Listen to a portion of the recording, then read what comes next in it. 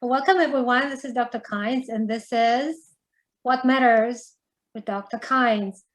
I love to interview some very special people that I want the voice of to be heard and shared, because they have incredible stories, and the stories of hope and resilience and the heart. We need the heart, we need the healing, we need the hope. So I need those stories told. And today I have a very special guest, a dear friend right now, no longer needing me, which means that I did my job. Kate, welcome to our interview. So let's talk. So we go way back when. I want you to tell the story of, how you struggled and how long and why and where you are in life right now. I have some memories of our work together over the years, so I'll piggyback on what I remember. And I think a lot of women will really connect with your experience and your trauma, going through certain medical conditions and misdiagnosis and pain and some things that you grieved because you lost in your life, and just how happy your life is right now, and how stable, and how I believe this is supposed to be this way, and we all have the right for that. So with that, how did we meet? We met a long time ago when I did a detox program way back in Baltimore, and you and your girlfriends and your mom drove all the way from West Virginia. What was it, 2 hours plus one way to the workshops? Depending on traffic. Depending on traffic, it could have been an hour and a half, 2 hours.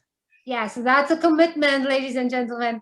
And so you had some gut issues and challenges long term, and we worked on that, and we had a lot of fun with foods, and it was all hands-on. And one of the things that you had that I don't see these days, which was amazing to me, was that you had a couple of girlfriends, long-term girlfriends. As you grew older, you had children, you were neighbors, you cooked together. Even in a program, you would take turns with big soup. I'm doing this, I'm doing this, I'm doing this.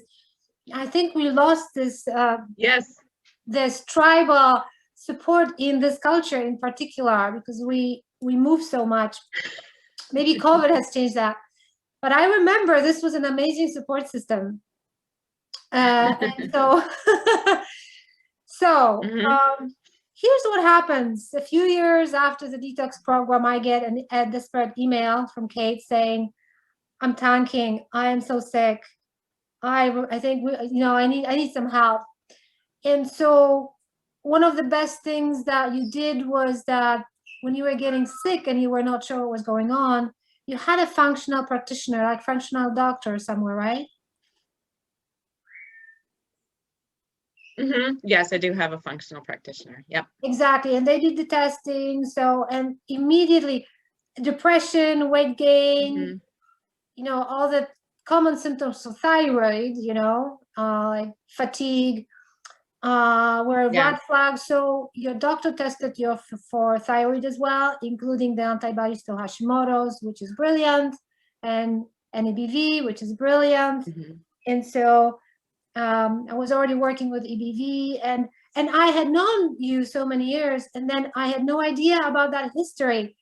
Tell us a little bit about the history before we actually realized you had EBV at that point, when you were thinking you were dying, actually, and you didn't tell me that at the time. You were telling me about that after you healed and you were fine. You said, I thought I was dying. I was like, that's pretty serious. So let's back up, because a lot of people don't understand that they've had different presentations of EBV over the course of their life, and it's misdiagnosed, undiagnosed, mistreated. You may have wrong medications, and so you have some losses in your life because of that. Would you walk us through those earlier years? Yes. So I got sick when I was 14, and I was having very severe joint pain all over my body, and rashes. I would get like rashes there too. And these things would come and go. I had extreme fatigue. I just felt miserable. I was very depressed. And we would go into the doctor, but whenever we went to the doctor, I didn't have any symptoms. Right? So they didn't know what was going on. We made so many trips to the emergency room, and I think they thought that my mom had Munchausen syndrome because like she was bringing me in and they didn't see anything wrong with me. And she's like, I swear she had a rash, she had pain, you know, I mean, it was just crazy. So they would like prescribe things for me. And I was going to so many, like to the emergency room, seeing so many doctors there. I was seeing specialists here. I saw my GP, and they were just medicating me and medicating me and medicating me and not looking at what anyone else was prescribing. So I was on like double and triple amounts of what I should have been on. So meanwhile, I'm lethargic. I'm not going to school because I can barely move. It hurts to move. I can hardly keep my eyes open. And so that's very depressing for someone who's 14 years old, right? So I missed 6 months of school freshman year and 3 months sophomore year. And I did finally snap out of it. Well, we worked with a nutritionist. And so I worked with a nutritionist, and I did some riding like an exercise bike, some gentle exercise, and sort of changing the way I ate. And eventually it started to recede some, right?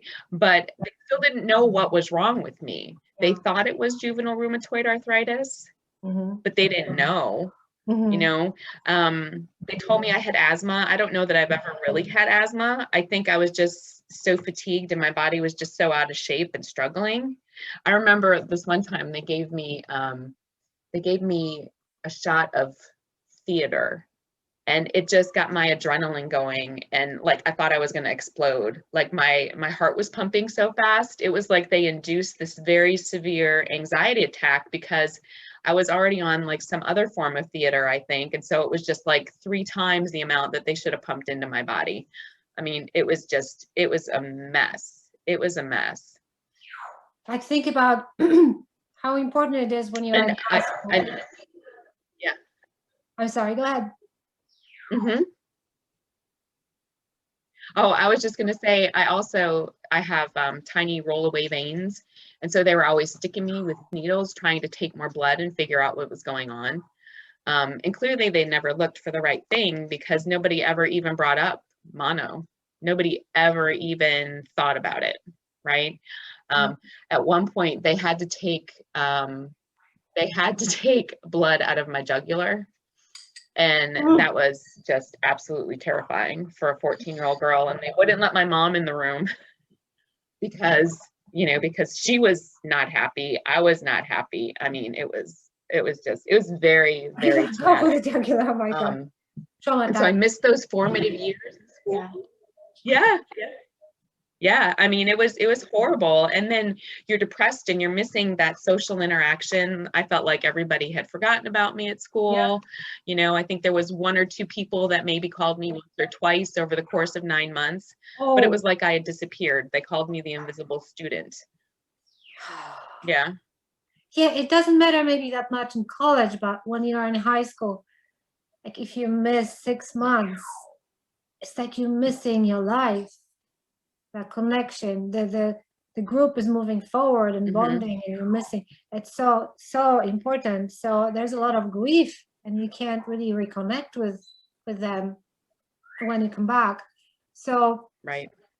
So, and a lot of that I didn't even know about you, even though we had worked together, you know, on very different things. Yeah. And then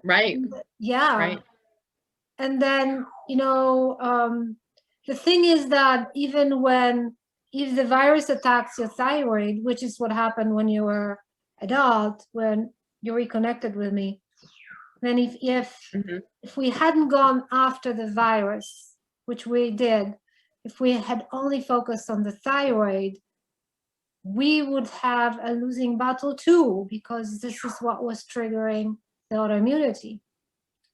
And you may not Right. know, but we have an epidemic of low thyroid in women in America. And if you look at research, 90 to 95% of low thyroid is actually not low thyroid, it's actually autoimmune thyroid. And so many women, when doctors test their thyroid, they skip the antibodies. Your doctor knew better. So we already Yes. knew, like we saved so much time just because the doctor did the right things. And so, but now you also said when you went to college, you would put on like 20 pounds and get depressed. And Yep. I think you couldn't do the final exams. So you had those bouts.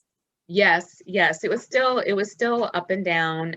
My weight was just up and down throughout high school and college. I think because of this very much, because it's, you know, as I would get stressed out, because I do have perfectionist tendencies, I would get overstressed, and that would cause it to flare up. But I didn't know what was happening, right? I just thought it was stress and anxiety, and it was just wearing me out. And I would not want to, I would just want to give up, right? I didn't want to do it. I didn't want to deal with it. Because all I wanted to do was sleep. So yeah, I never had the joint pain and the like the skin discoloration after that, but it was just the fatigue and the depression and the weight gain that just was thrown completely out of whack. And they did actually tell me that's when I was diagnosed with a low thyroid, when I was in college, right? So, but nobody ever looked for Hashimoto's. Nobody ever looked for EBV. It was just like, oh, low thyroid, we'll put you on a pill. You'll be on this the rest of your life. So, I mean, that's just what it is. That's exactly what happens. Yeah. Yep. Yep. So, yeah. So it was just a cycle. It was just up and down, up and down. And so, you know, when we worked on the EBV, I always know you as the most sparky and joyful and just fun-loving and positive person, bubbly, and you know, it's so some of the stories you would tell me about how you felt, really, I couldn't relate to, because this is not who I knew you as. But Yeah. we commonly hear in people, this is not like me. I'm not myself. The anxiety, for example, what is it? I'm not an anxious person. I'm not a depressive person. And sometimes women have suicidal thoughts. Exactly. Right. I mean, which you had too, right? At a certain point. Yep. Yeah. When I was in high school, I was suicidal. Yeah.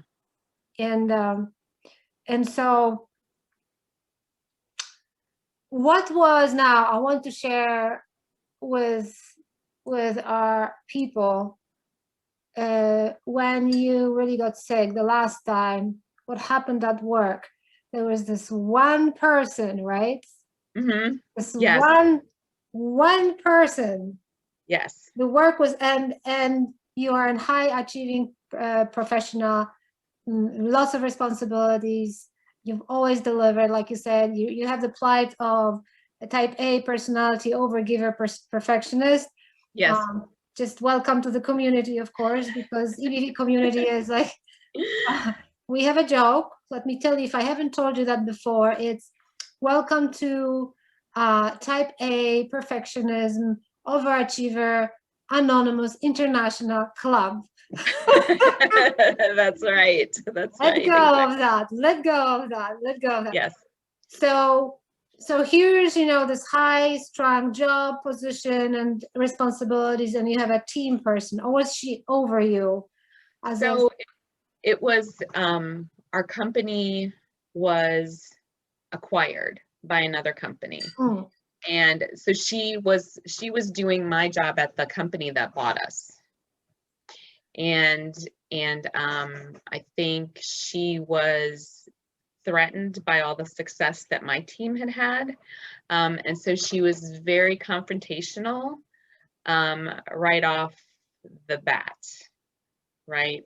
And she was not just confrontational with me, but also with my team members. And Mama don't play with that. You don't mess with my team, right? So, oh so yeah.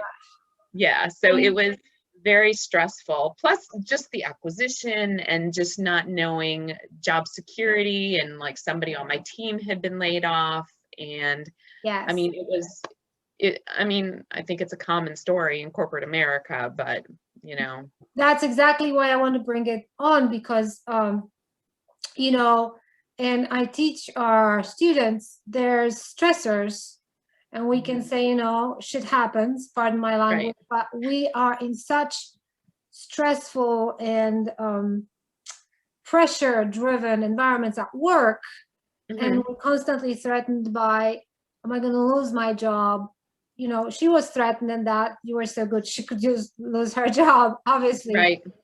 And so we live often in an environment that is highly stressful, and stress is the #1 reactivating factor for EBV. You can have all the ducks in the row, but if stress pulls you down, throws you on your back, the virus will come. It's a great opportunity for it. So, and especially if it's a deep personal stress, like this was a stress related to your integrity, your team integrity, people are being harassed, you know, it's like you're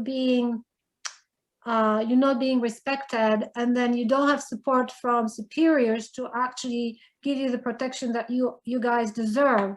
So it's almost feeling like you're being deceived, or you're not being, you know, you're on your own. And this is the hardest kind of stress. Yes. When you feel that there's lack of trust. You know? Yes. And so that was very much it. Lack of trust. That was very much it. Yeah. That's do not underestimate what stress can do when you feel like you're trapped and you don't get the support you deserve. And so this is what the EBV really came when the famous sentence that you told me, we had that conversation. I didn't know what pink slip meant. And you said, you know, I thought, what was it, in your 40s, and my body was ready to give me the pink slip, and I was dying, and that was it. There wasn't any way out. Yep. So now tell me what your life is now like. Well, so now at that time I was a director. I've recently been promoted to a VP. I have had some great success with just in work. Otherwise, I've achieved some good things. My company is now building a commercial division around me and what I do, which is great. We have put an addition on the house, and so that we're ready, because in 5 years, my husband and I are going to retire and hopefully do a little traveling and go for walks and, you know, just spend time together, enjoying each other, enjoying our kids, enjoying our grandkids. So it's just all really coming together. So I'm super excited and very, very grateful. Yeah. And this is like, you have the second grandchild now, right? Was it? Yes. Two of them. One is too young to be a grandmother. Yes. I'm not really. Not really. Not really. So yeah, I wanted to check with you and share where you are right now, because, you know, you and I had that conversation before. I really believe it's our birthright to be well, respected, to have the job you love. Yep. And then to look forward to things, build an addition, look forward to retirement, to traveling, going for walks. The EBV is not even, there's no fear, there's no anxiety. When people first find the book or figure out that they may have the EBV, the first thing that happens, Kate, is they have no concept of that they could have their life back. Right. Because, like in your case, there have been so many years, sometimes 30 years, sometimes the whole adult life. Yep. And they lose trust because they've talked to so many doctors, including functional doctors, and it just they haven't been helped. So it's sometimes hard to remind them you will. You just need to step forward, take a leap of faith, take that first step, trust that it can happen to you as well. And so that's the hard part, is not that the EBV, you know, you work with EBV, that's a predictable virus. It's pretty predictable once you know what to do, and we have all that. Right. It's the human element of being scared, being completely overwhelmed and anxious, not knowing. This is a big abyss of darkness and what's next and what is what, and you know, and so people need tools when they're, okay, this is EBV and this is not an EBV. Oh, this is just I skipped lunches. Right. Oh, that part. Oh, that was really bad. Now I eat lunch at this time and I feel so much better. And then you build those. So suddenly your life starts rearranging itself, because the body is our best ally. We just need to know what the body really needs, right? Yes. And so what is so beautiful about you that I always appreciated is you had so many gut issues, limitations, and you were so dedicated when we did a detox program, when you learned all those things, and you and your girlfriends, we were cooking, just the commitment was so unbelievable. And so when you got so sick, you were so exhausted. Yeah. But like you said, one step at a time, a little bit, inch. I remember like sitting here at this very desk, like I couldn't even sit up straight, just like this, you know, and you're like, okay, this week your homework is to take a warm bath with Epsom salts, and you know, the other stuff. And I'm like, okay, I can do that. I can do that. Right. Like anything more would have just been too much to try and attempt, right? Where I was. So, yeah. The only thing that you didn't get at that point was the community. It was just me and you. And I thought the first thing that I noticed about a story like yours is that you were completely alone in it. Yeah. And you didn't have a reference frame like, oh, there's 20 other women and they totally had the same issue. Like they totally get me. It's like they hold that space for me. So that was, you know, this is why I had to close my 101 and open groups, because we have that community now. And by the way, are you in it already? Am I in? No, I don't think I. No, I don't think so. We need to invite you. Okay. Invite you. Yes, you are our alumni. So yes, so this is it's a big tragedy, but now when we heal, and this is the best part of it, animals are like this as well. When we heal, we forget. Right. And we live in the presence and the joy. And that's exactly what we want. Yes, absolutely. Absolutely. Yeah. Do you think that you healed that part of you, the grief of the things you couldn't do when you were growing up, or the doctors, all that pain of not being helped, and then college? Do you think you still have pain around that? I think there's probably some of it, because I don't remember a lot of it, right? And I don't know. Blocked out? Yeah, I think there are some things that I blocked out, but you know what, the way I look at it is I'm in a really good place right now. I'm very blessed. I'm very lucky. And that was all part of the road that took me here, right? Life is a journey. So really, would I go back and redo anything? No, I don't think I would, because it all brought me to you. It brought me to this place that I am now. And, you know, life is good. You know, Nelson Mandela, how old was he when he became the president, right? Yeah, I don't know. He was he was retired. He was, you know, he was in his 80s, I think. Oh my gosh. 70s at least, but I think 80s. Yeah. And you know, luck doesn't have much to do with it. It's just today's conversation is about hope, about showing up, and about committing. Yep. And that's what you always did. I always know you this way, even though you were so overwhelmed and so stressed out and so exhausted the last time around. Right, yeah.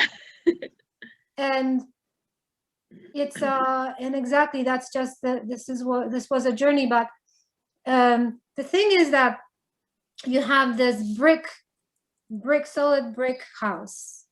Mm-hmm. Hurricane, flood, it's hard to damage a house like that. It's not made of plaster. Right. It's your immunity, you have that foundational house, and so you're invincible. So the most important thing you have is the gift you give to yourself of peace and lack of anxiety about the future of your health. Right. Yeah. Because you built it and you know it and you tested it. And like, what happens if you go slide down a few days and you know your symptoms? Because during this process, this journey, you learn your symptoms. Right. Yeah. They start creeping up. You go into panic. I don't know. I pay attention to it though, right? Yes. I'm like, okay, did I miss breakfast this morning? Have I not had my smoothie yet? Oh my gosh, it's 3:00. I haven't had lunch, right? Or, maybe, I didn't sleep well last night. So you kind of pay attention to it and look for other possible reasons. But if it's like more than a week that I'm feeling that, well, then I'm going to start ordering some supplements and make sure I've got all my antiviral foods there, right? Yeah. So I know what to do now, right? And I've got that book behind you in my kitchen. It's always there. Yep, exactly.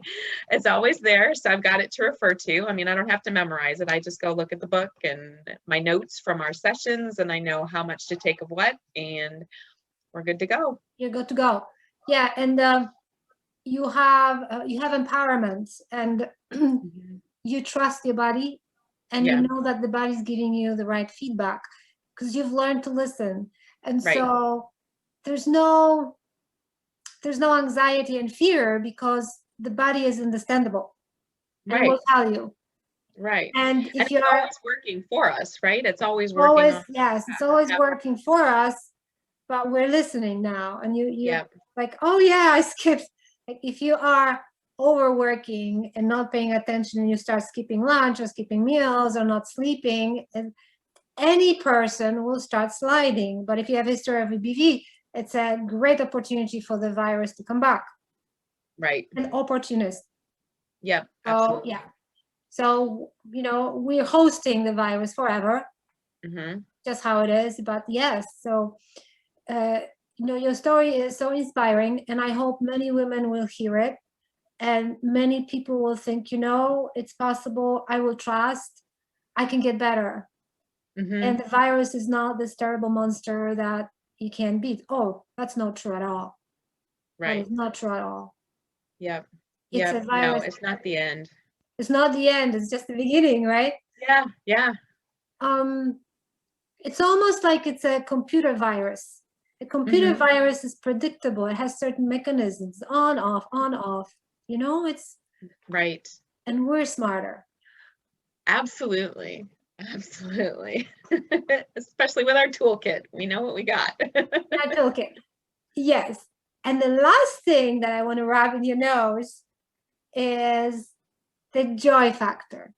Just living your life when you have your heart open. Yep. When you do what you love, hang around with your grandchildren, hang around with your son, who has grown up so big. I was surprised last time I said, who is he? Yeah, he enjoyed your comment about his muscles. He was like, oh yeah, he's been working on that. And so share with us what really gives you joy. What gives you joy in your life? My family gives me joy, definitely. My son, my stepdaughter, our grandchildren, my husband. He's a good one. Yeah, he's a good one. I love reading. I love yoga and meditation. I love going for walks. And just, cooking. I love cooking. I do batch cooking on the weekends, so I've got lots of healthy options, to eat during the week. So yeah, those are all the things I love. I'm just a homebody. I want to be at home with family and, building our future. So. Yeah, and you're going to travel. I'm definitely going to travel and have fun. And that's the way it should be. Yes, That's the way absolutely. it should be. And so I am just so thrilled to hear where you are right now. I remember, I won't forget, because we've known each other so many years. And so, Yes. we got rid of EBV and you were doing fine. And then I think 2 years later or 1 year later, I get a Christmas card from you. It's like, I'm still doing great. Just saying hello with your beautiful family. It's like, oh, this is what we want. We want this Yes. pain of EBV to end. This is what life is supposed to be. So, but the component of this journey is not luck. It's just that you showed up and you just didn't give up. One Yeah. step at a time, even with your face on the desk. Right. There, we can do that. Yes, exactly. So, so I am just always impressed and always inspired, and I hope this is finally the time when your story can be heard and inspire other women who are in a dark place right now. Absolutely. Mhm.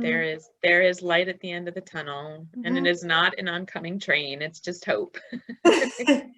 Yep, yep. Any final word that you want to share with our community, with anyone that is Um, listening today? just keep the faith, love yourself, take care of yourself, and be kind to yourself. Be gentle. If you just take it one little step at a time, like just adding a bath to your routine once a week, that's good enough. So, just stick with it. Yeah. Kate, I love you very much. I'm so proud of you. You are just a shining light, and I just love to see you happy and mellow, just like you always are. So thank you for coming and contributing and sharing Thank you. I love you. for the greatest good. And may this conversation help a lot of people out there that are hurting. Thanks. Mwah. Thank you.